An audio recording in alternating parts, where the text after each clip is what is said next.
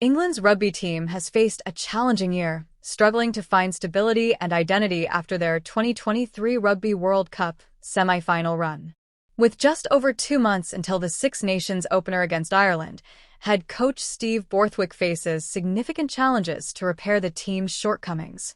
During the World Cup in France, England emphasized results over performances, advancing past teams like Samoa, Japan, and Fiji on the weaker side of the draw. However, in 2024, the narrative has flipped. While England highlights performance positives, the scoreboard often tells a different story.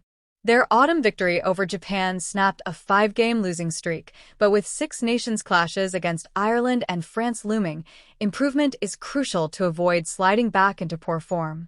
Beating teams like Ireland and France is the next step if England hopes to compete for the championship in the final rounds, a position they haven't achieved in recent years. With the 2027 Rugby World Cup draw set for 2026, climbing the rankings in 2025 is essential to avoid tough pool pairings. Captain Jamie George acknowledged England's defensive frailties, admitting that while the team has clarity in their defensive approach, execution is inconsistent. England conceded an average of 4 tries per match during the autumn internationals against New Zealand, Australia, and South Africa. Even Japan, far from the world's elite, scored 2 tries and matched England in line breaks, raising concerns about their high-tempo defensive system.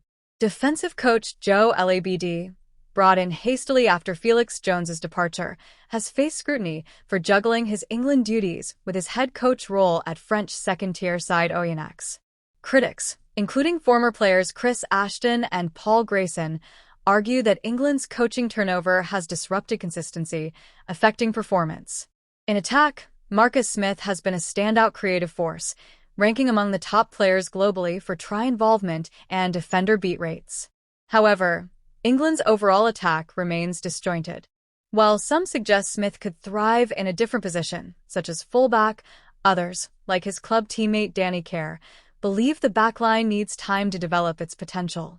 Despite Smith's brilliance, England's inability to produce a cohesive and fluid attack has raised questions about whether the issue lies with him, his teammates, or a broader clash of styles.